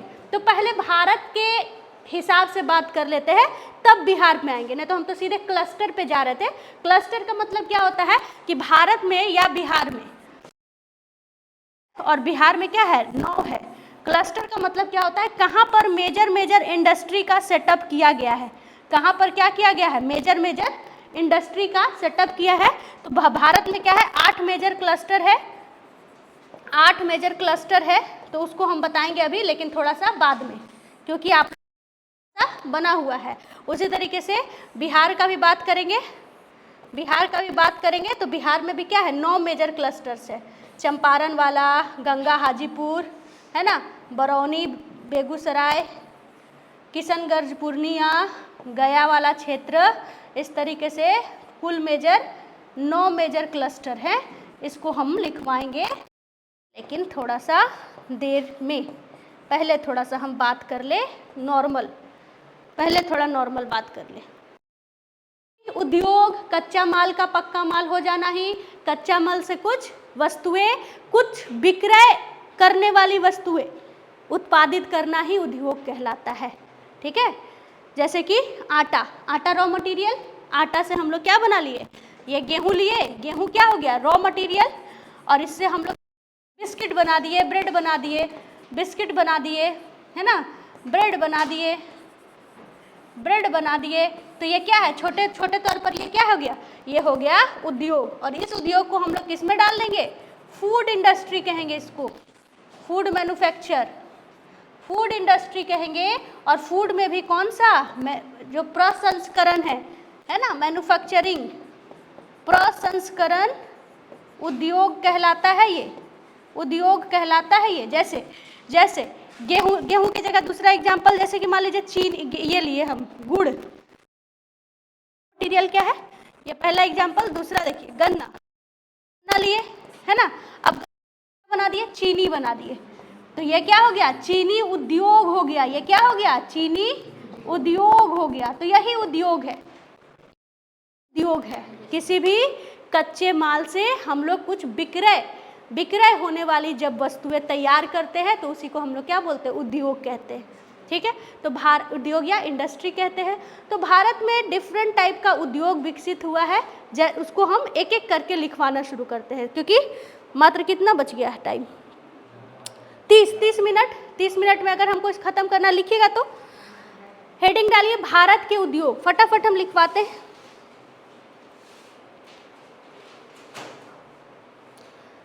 भारत के उद्योग के बाद क्या करना है, ये वाला जो ग्राफ बनाया है उसके पहले लाइन में लिखना है। उसके पहले क्या करना है, डेफिनेशन लाइन में लिखना है। उद्योग किसे कहते हैं, तो उद्योग का संबंध उन सभी आर्थिक गतिविधियों से है, लिखिएगा, उद्योग का संबंध उन, हिंदी में लिख लीजिए, फिर इंग्लिश करने में आसान हो जाएगा, टाइम नहीं है, 30 मिनट से भी कम है। उद्योग का संबंध उन सभी आर्थिक गतिविधियों से है जो कच्चे माल को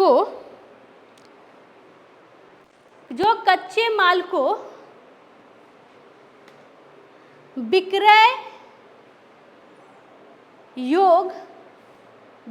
योग्य वस्तुओं में बदलते हैं, विक्रय योग्य वस्तुओं में बदलते हैं। उसके बाद ना ये ग्राफ बना लीजिएगा, इंग्लिश वाले और हिंदी वाले दोनों। उसके बाद क्या करिएगा, उस डेफिनेशन के बाद ये ग्राफ बना लीजिएगा, रॉ मटेरियल, इंडस्ट्री, उधर गुड्स, ठीक है, रॉ मटेरियल, बीच में इंडस्ट्री और गुड्स, थोड़ा स्पेस छोड़ करके अच्छा दिखता है। जो बातें आप कहें उसको क्या किए, दिखा दिए मैप से। उसके बाद लिखिए उद्योग के प्रकार, उसके बाद लिखिए उद्योग के प्रकार, या इसको और शुद्ध हिंदी में प्रकार की जगह पे ऑब्लिक दे करके वर्गीकरण लिख सकते हैं। वर्गीकरण मतलब कितने भागों में डिवाइडेड है, ठीक है, कितने भागों में डिवाइडेड है। तो industry is divided into 4 parts, कितने में, 4 भागों में। तो क्या करेंगे हम लोग, industry is divided into 4 parts. यहां लिख लीजिएगा इंडस्ट्री, कहाँ गया जी, ठीक है, इसी तरीके से लिख देते हैं। इंडस्ट्री यहाँ पे लिख दिए। ऐसे 4 पार्ट जो है ना ऐसे बना लीजिए, 1 पार्ट, 2 पार्ट, 3 पार्ट, 4 पार्ट, ठीक है, 4 पार्ट में बना लीजिए। लिखिएगा पहला हम लोग कृषि, कृषि आधारित उद्योग, कृषि आधारित उद्योग,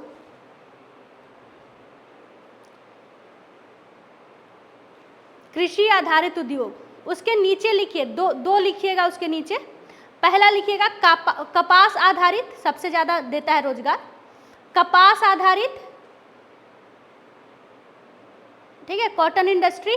और उसके नीचे लिखिएगा चीनी आधारित,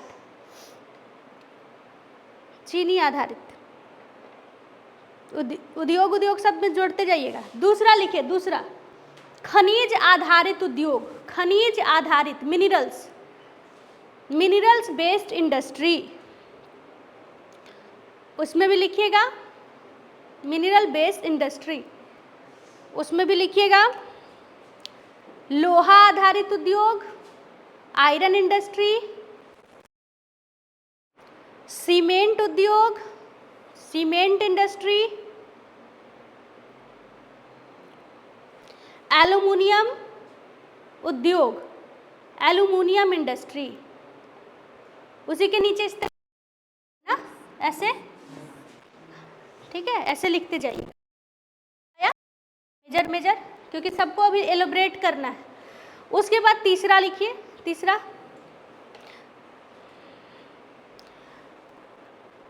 खनिज प्लस तकनीक आधारित इंडस्ट्री, खनिज प्लस तकनीक आधारित इंडस्ट्री, तकनीक, टेक्नोलॉजी, मिनरल्स, फिर प्लस टेक्नोलॉजी बेस्ड इंडस्ट्री।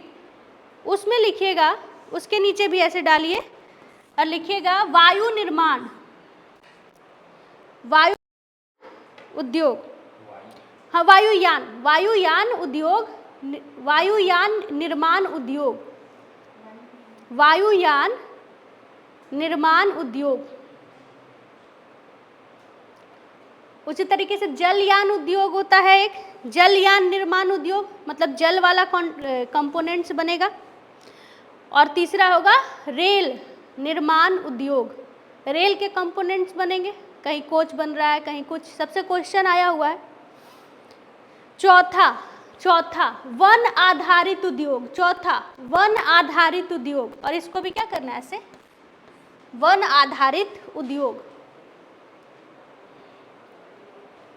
उसमें लिखिएगा रेशम उद्योग, वन आधारित में रेशम उद्योग और कागज उद्योग, कागज, रेशम उद्योग और कागज उद्योग।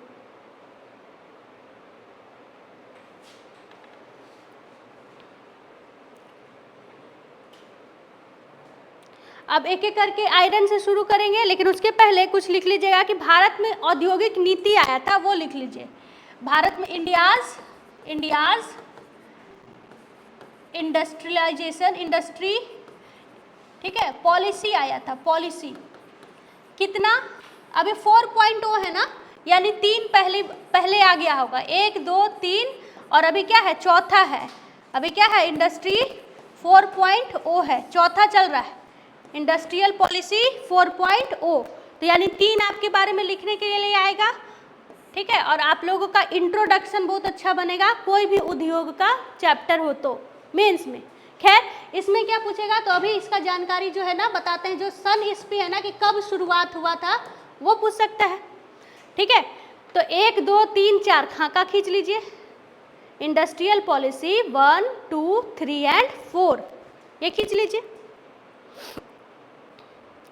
लिखिएगा भारत का पहला औद्योगिक नीति 1948 में आई थी। सीधे सीधे पीटी का क्वेश्चन है। भारत का पहला औद्योगिक नीति 1948 में आई थी, 1948। ये ऐसे भी लिख सकते हैं, इंडस्ट्रियल पॉलिसी 1 1948, जल्दी याद हो जाएगा। सन ही पूछता है, सन जो है वो पूछता है। स्वतंत्रता हुआ, आज़ाद हुआ और उसके तुरंत बाद क्या हो गया, आ गया पॉलिसी एक, ठीक है। दूसरा, भारत की दूसरी औद्योगिक पॉलिसी 1956 में, 1956, दूसरा वाला 1956। भारत की तीसरी औद्योगिक पॉलिसी 1991 में आया था, जिसको लिखिएगा, भारत की तीसरी औद्योगिक पॉलिसी, तीसरी औद्योगिक नीति 1991 में आया था,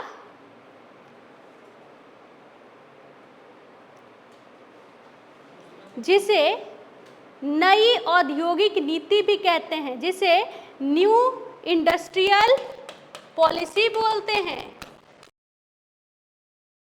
लिखवा रहे हैं, न्यू एजुकेशन पॉलिसी भी बोलते हैं। नरसिम्हा राव की सरकार थी, सबको याद होगा, नरसिम्हा राव की सरकार थी। हमारे ये क्या नाम है उनका, प्रधानमंत्री जो रह चुके हैं, आरबीआई गवर्नर मनमोहन सिंह ने आरबीआई गवर्नर, और दोनों मिलकर के क्या लाए थे, रिफॉर्म। भारत के पास 15 दिनों का पैसा बचा था, याद है सबको, भारत कंगाल हो रहा था, इसीलिए क्वेश्चन आता है किससे, थर्ड वाले से, एलपीजी रिफॉर्म से, न्यू इंडस्ट्रियल पॉलिसी से, तीसरा वाला से, यही है, ये आपको सबसे इम्पोर्टेंट है। इससे हर बार पीटी में क्वेश्चन पूछ दिया। एक बार तो ये पूछ दिया कि कब लागू हुआ था, क्या पूछ दिया,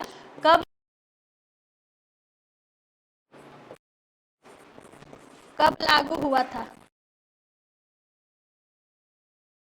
लागू होगा 99, और जरूरत था ना जल्दी से जल्दी लागू करने का। ऑप्शन दिया था 1991, 1992, 1993, 1994, ऐसे दिया था ऑप्शन। और एग्जाम का नाम है 68 बीपीएससी, या 69 था, 68 था, अच्छे से याद है मुझे। 68 बीपीएससी में क्वेश्चन आया था कि औद्योगिक नीति तीसरा औद्योगिक नीति को कब लागू किया गया था, या एलपीजी रिफॉर्म को कब लागू किया गया। ये एलपीजी का फुल फॉर्म याद रखिए, लिबरलाइजेशन, प्राइवेटाइजेशन और ग्लोबलाइजेशन, उदारीकरण, निजीकरण और वैश्वीकरण।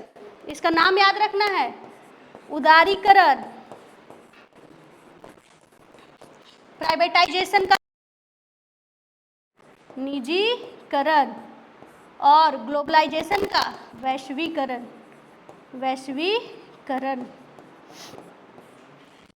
याद रखिएगा, ये दोनों का नाम याद रखिएगा। मनमोहन सिंह से तो हजार। इसे क्या कर सकते हैं आप, किसी भी चीज का इंट्रोडक्शन शुरू करते हैं। दिखा ना आपको क्वेश्चन में, उद्योग दिख गया, उद्योग, या दिख गया आपको भारत में औद्योगिक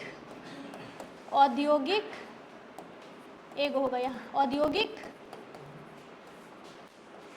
नीति। ऐसा अगर आपको दिख गया क्वेश्चन में, क्वेश्चन कुछ पूछ रहा हो, लिखना है आपको 1991 में भारत में एलपीजी रिफॉर्म मनमोहन सिंह या नरसिम्हा राव की सरकार, नरसिम्हा राव की सरकार द्वारा, बस और कुछ नहीं चाहिए किसको, चेक करने वाले को।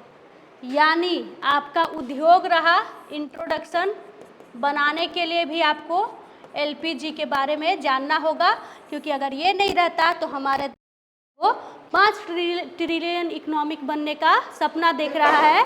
कितना, 5 ट्रिलियन इकोनॉमी, और साथ ही साथ क्या बोलता है 2047 तक विकसित भारत बनेंगे हम लोग। कैसा बनेंगे? विकसित भारत। ये नींव है, ये क्या है? नींव है। अगर ये नहीं रहता नहीं सकते थे।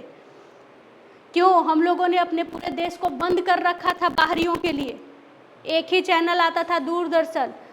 एक ही चीज़ होता था, कोटा सिस्टम। उस समय क्या था? कोटा सिस्टम को इंट्रोड्यूस किया गया था। कोटा मतलब क्या कि 5 किलो चीनी राशन में खाना है प्रत्येक भारतीय को, चाहे वो कितना अमीर हो चाहे कितना गरीब हो। आपके घर में पैसा है लेकिन आपको एक महीना में 5 किलो चीनी से ज़्यादा नहीं मिलेगा। 5 किलो केरोसिन ऑयल, उस समय क्या जलता था? बिजली तो था ही, मतलब बहुत कम होगा। वो जलता था, लालटेन। आरजेडी का है ना लालटेन, अच्छा सबको पता होगा। तो वो जलता था, तो वो उसमें डाल करके जलाया जाता था। तो आप अंधेरा में पढ़िए चाहे मत पढ़िए, 5 ही किलो मिलेगा। ऐसा नहीं है कि हम मेरे पास बहुत पैसा है तो हम क्या करेंगे, अपने घर में जमा करके रख लेंगे। नहीं, वो आएगा। उसी को कहते थे क्या? Quota system. सरकार द्वारा निर्धारित कोटा सिस्टम। और अभी क्या है? अभी मेरे पास जितना पैसा, अगर हम चाहे कि अब पूरे साल भर के लिए तेल इकट्ठा कर ले, रिफाइन खरीद ले, तो खरीद के रख लो घर पे। कोई भी इसके लिए कोई भी नियम नहीं है। इसी पे आया था एक बिल कोविड के समय पे कि आपको क्या करना है, आपको ये नहीं करना है, जमा नहीं करके रखना है। ठीक है, तो वो क्या? बड़े पैमाने पर। क्योंकि हमारे यहाँ देखिए महामारी या जो कुछ भी आता है ना, तो हम लोग डर जाते हैं कि राशन वासन का दिक्कत होने लगेगा। तो लोग क्या करते हैं? घरों में जमा करने लगते हैं। और घरों में जमा कर लेते हैं, साथ साथ जिसके पास पैसा रहता है ना, उनको पता है कि दाम बढ़ने वाला है, तो वो अपने स्टोर रूम में जमा कर लेते हैं। कोई दुकानदार है, बड़ा दुकानदार है, तो क्या करेगा? पहले ही तेल खरीद लेगा। अब मार्केट में हल्ला हो जाएगा कि तेल क्या हो गया, और आउट ऑफ स्टॉक हो गया है। तो जब मार्केट में तेल ही नहीं मिल रहा है, तो अभी जो तेल 100 रुपया चल रहा है, क्योंकि हम लोग को आदत है तेल खाने का, है ना, तेल का जो काम है, तो अगर उसको 200 में भी, मतलब 100 गुना बढ़ा के भी बेच रहा है, 200 रुपये किलो भी बेच रहा है, तो हम लोग उसको क्या करेंगे? खरीदेंगे। याद है इसी तरीके से हुआ था नमक पर। एक बार कुछ हुआ था तो सीधे कहा कि नमक ना मार्केट से उठ जाएगा। अब क्या र्यूमर था हमको उतना अच्छे से याद नहीं है, लेकिन कहा कि नमक उठ जाएगा। आपको पता है लोग घरों में 10-10 किलो 10-10 पैकेट नमक रख लिए थे। फिर सरकार को आके बताना पड़ा भारत कि नहीं, ऐसा कुछ नहीं होने वाला है। अगर इलीगली तरीके से किसी गोडाउन में नमक पकड़े जाएगा तो उस पर कार्रवाई होगा। तो फिर क्या होगा? तो फिर जो दुकानदार है वो नमक खरीदना छोड़ दिया। उसको पता स्टॉक करके रखेंगे तो छापा पड़ेगा झूठ-मूठ का, तो मार्केट में ज्यों त्यों बन गया। तो स्थिति बिगड़ती नहीं है, उसको बिगाड़ दिया जाता है जानबूझ के। जब भी देखते यूपी सरकार ने, यूपी गवर्नमेंट ने महाकुंभ के लिए इतना अच्छा से आयोजन किया था, इतना ज़्यादा भीड़ हो गया, अफरा तफरी हो गई कि बहुत सारे लोग कुचल के मर गए, आग लग गया। तो लोग अगर विधि व्यवस्था बना करके चलते जैसे बनाया हुआ था, तो बहुत कम चांसेस था दुर्घटना होने का। तो स्थिति खराब नहीं होती, स्थिति खराब कर दी जाती है। इसीलिए मोरालिटी जरूरी है, इसीलिए फंडामेंटल राइट्स के साथ साथ हम लोगों को ड्यूटी भी दिया गया है। देखते हैं कि कुछ भी आपदा हो तो पहले महिलाओं और बच्चों को निकाल दिया जाए। क्यों? पुरुषों से कोई दुश्मनी है भारत सरकार की? नहीं, दुश्मनी नहीं है। पता है कि वो लोग दब जाएंगे, वो लोग दब सकते हैं। बच्चों का क्या है, एक बार गिर जाएगा, 4 लोग उसको कुचल के चला जाएगा, वो वहीं मर जाएगा। पुरुषों पे ऐसा नहीं है। पुरुष अपना साइड से किधरों से कूद काद के, है ना, निकल जाते हैं।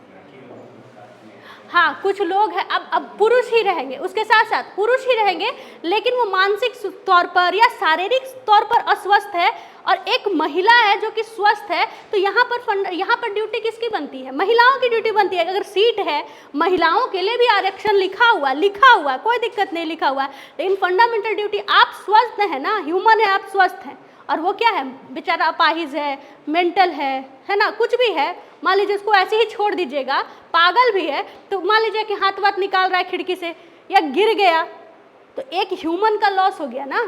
तो आप लोगों की क्या जिम्मेवारी है कि पुरुष हो चाहे जो हो, उस समय जेंडर नहीं देखना है, उस समय देखना है कि कौन ज़्यादा मतलब इनकैपेबल है, जो ज़्यादा है उसको सीट दे दो।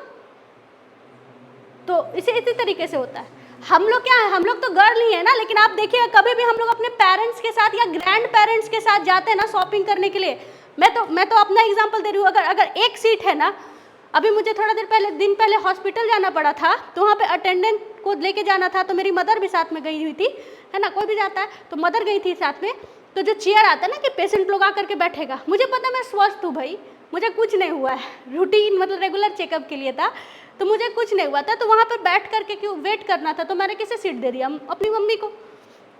ऐसे ही किया जाता है ना। हम लोग कुछ उतना ज़्यादा महिला पुरुष वाला बात नहीं है, हाँ, लेकिन फंडामेंटल ड्यूटी ज़रूरी है। अब आइए, ये हो गया ना, है ना। तो हम लोग चीज़ों को क्या करते हैं, स्थिति को बिगाड़ देते हैं, इसीलिए तो इतना सारा भी देख रहे हैं ना। पहले तो सेव वुमेन होता था, अब कैंपेन चल रहा है सेव मेन। ड्रम वाला घटना सबको पता है, पूरा यूट्यूब पे आधा कौन समाज डरा हुआ है, मेल समाज जो है डरा हुआ। हाँ, वी नीड इक्वालिटी, और इक्वालिटी की तो बात ही नहीं। क्रिमिनल के साथ क्रिमिनल थोड़ी बनना था, सारे मेल क्रिमिनल थोड़ी थे, इक्वालिटी थोड़ी था, ठीक है। याद रखिएगा, मेल के फीमेल्स के लिए भी क्या होता है, अगर सबसे पहला कोई आगे आया था तो फिर वो मेल ही था।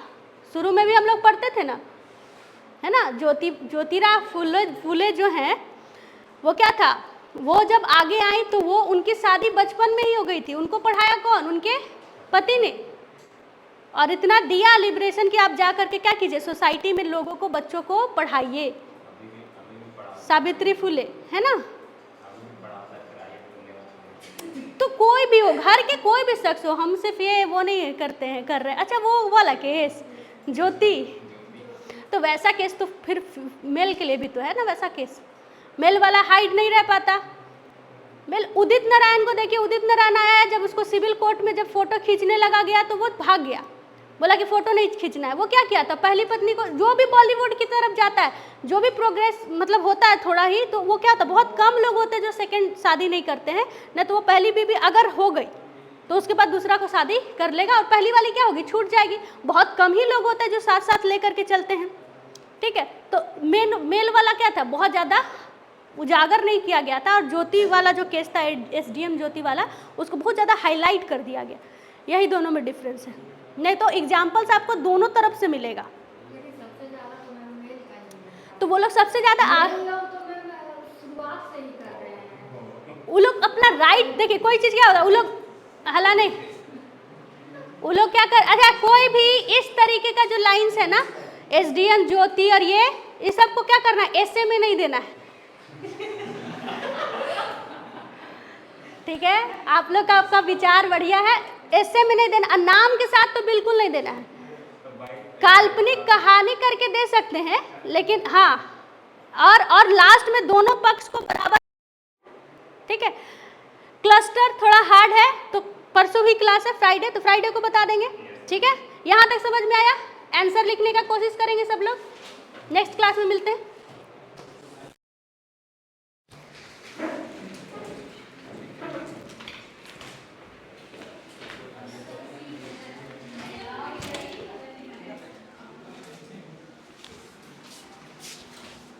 कर रहे हैं।